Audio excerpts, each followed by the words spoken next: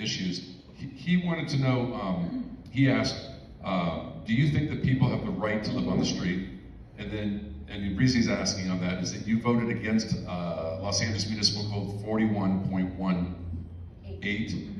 And how could that code provision have been changed to have garnered your support? But I also want to go to Paul's question.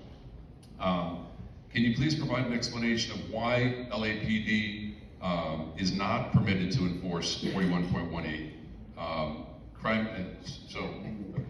So 41.18, which is a municipal code related to homelessness, basically is a municipal, it's a ban on camping in certain locations across the city.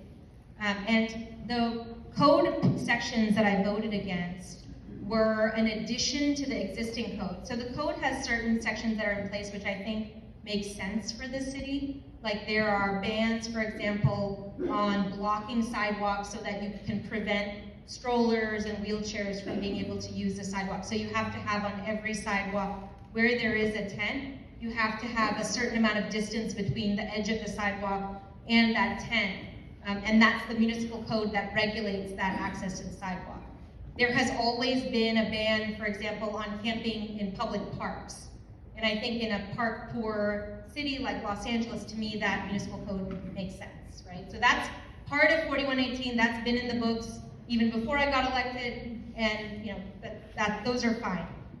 There's two new provisions there's one new provision that we voted on, which was an expansion of 4118 that does allow council offices to include certain areas, particularly under overpasses, for example, as new areas where camping is banned. And this is a council district by council district discretionary process.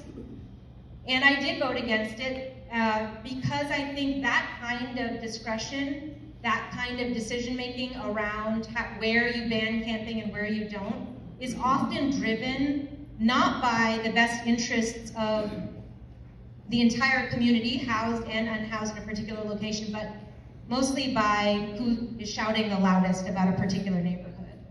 And that does not make, to me, good policy around homelessness. We need rules that are clear across the entire city. And what has happened in these 4118 zones that people have put up, because I've seen it happen, is that, for example, we had 4118 zones, for example, that were near our council district boundary, that were put up in another council district. And when they put it up, what happened was that those individuals moved down the street to our area.